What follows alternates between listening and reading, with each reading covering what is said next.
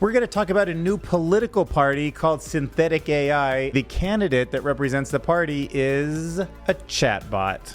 His name's Lars. Cerebrus is a company that makes supercomputers, and they revealed a new one. Supposedly it has the computing power of the human brain. We'll investigate. Might not be enough. Not robot Mark Zuckerberg is going to be translating from English into, how do I say this? Hokkien? It's a language that doesn't have any written word. Team created the first translation system. All right, ready to talk politics?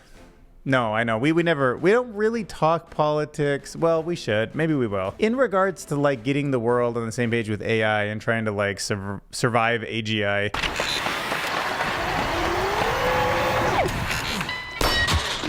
We're going to have to get political at some point. So why not today? Today's the first day I've talked about anything political. And it's a Danish political party that's led by an AI chatbot. Awesome, actually. Okay, so I doubt with a subscriber base of 609, just 609 subscribers, that anybody is from Denmark. However, if you are, you might want to think about voting for the Synthetic Party, especially if you're the 20% of Danes who don't vote. The Synthetic Party is a new Danish political party with an artificial intelligent representative and policies that are derived from the AI. So this chatbot is looking for a seat in parliament. It wouldn't really need the seat, but you know, I get it. Metaphorically, it'll be there to, you know, make opinions and place votes. So of course, if you have a political party, it always helps to have a face for the party, somebody who can represent you. They have chosen to go with an AI chatbot. His name is Lars, if it's a boy, or if it's a girl, it's also named Lars. Chatbot is probably how I should refer to this political figure. Oh, Lars won't even be on the ballot? Come on, Denmark. Push the limits, push the boundaries. Everybody needs shakeups once in a while. So I'll read you a quote. We're representing the data of all fringe parties. That would not be healthy in the US. Maybe in Denmark, that's not so bad. So it's all of the parties who are trying to get elected into parliament but don't have a seat. Okay, so all third-party candidates into one chatbot. Can you make it? Represents people who don't have money to mount an entire political campaign. Makes sense. And guess what it can also do that other politicians can't? It can chat with everybody who wants to chat with it all the time they want to chat with it. Would that change politics? If Donald Trump or Joe Biden weren't actually people, they were bots, and every single person could ask whatever questions they wanted on their way to vote. I think it would be interesting. Like, I think people would be like, this machine is what I'm voting for. Let me ask it some questions. And then let me ask this other machine questions, and I'll go with that one. Imagine that future.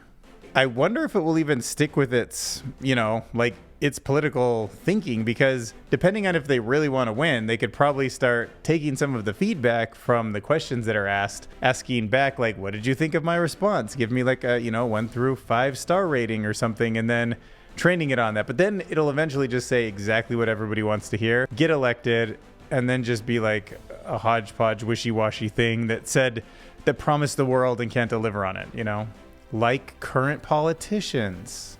Dang. Here's some examples of the policies that this artificial intelligent chatbot wants to implement. A universal basic income of 100,000 Danish kroner per month. Wait, which is equivalent to $13,000 and is over double the Danish average salary? Bro, this thing knows how to get elected. Oh yeah, we'll just pay you double what everyone else makes to do nothing.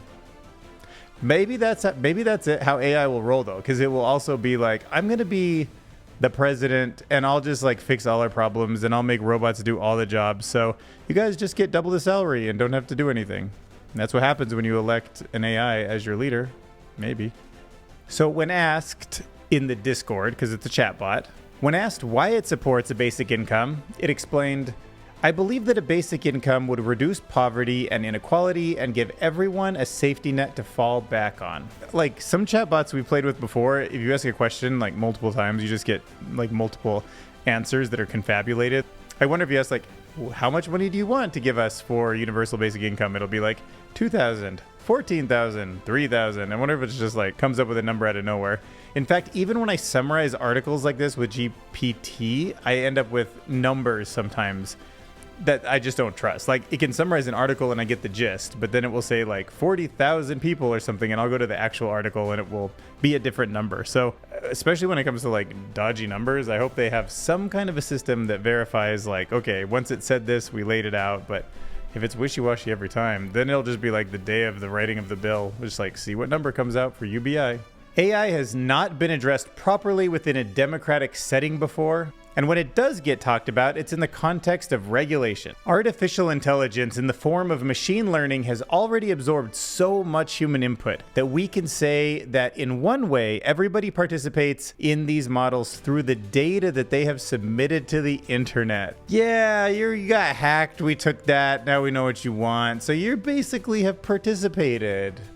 Man, you participated, you know? Oh, by the way, he's like also got kind of a beef with the other AI chatbots that have run, which I didn't know Amy had, but it's important that we know that the synthetic party of Denmark differs from what he calls fully virtual politicians, such as Sam from New Zealand and Alyssa from Russia.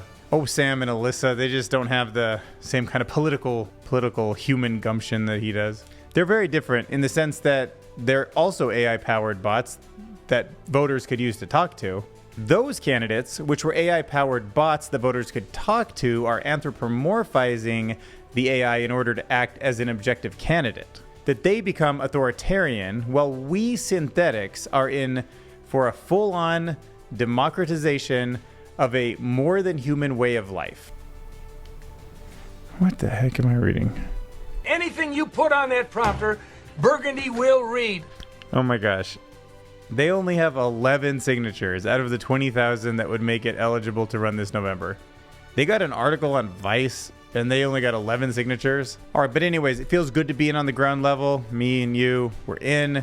We'll watch this thing rise to fame. We'll say, hey, I remember we learned about that on that YouTube channel a long time ago. So if you're in Denmark, go vote, or at least sign that petition. We need to get that up to 12. So if we need to make our politicians smarter, we should get bigger supercomputers. Luckily, we just did. Cerebrus has unveiled one of the largest AI supercomputers ever built. So this supercomputer is named Andromeda, cool name, closest galaxy, and it is capable of performing 1 quintillion operations per second, or 1 exaflop of AI computing based on a 16-bit floating point format. I mean, I'm lost on those numbers, but quintillion, I know that's a huge number.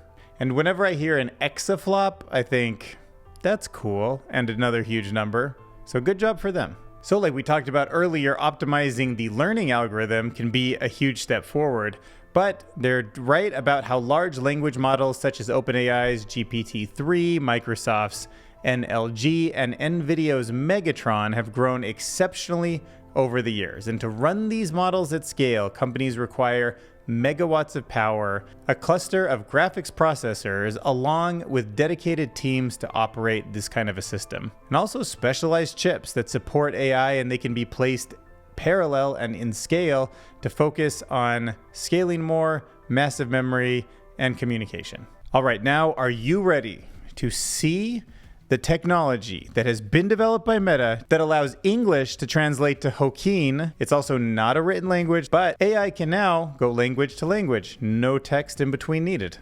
Let's hear for ourselves. Hokkien is spoken by millions of people, but since there's no standard writing system, that makes it pretty challenging to build a translation system like this. 冇唔对，伫我细汉的时阵，伫学校无咧教福建话，伊是透过口语一代一代传落来的。 That's right. Hokkien was not taught in schools when I was a kid, and it is passed down orally from generation to generation. Do you speak it with your kids? 你敢有对你的囡仔讲？有啊，佮我的爸母。 Yes, and my parents. Well, thanks to your research, now we can all understand it too. All right, that's it. Thanks for keeping up on AI with me. We'll see you next time.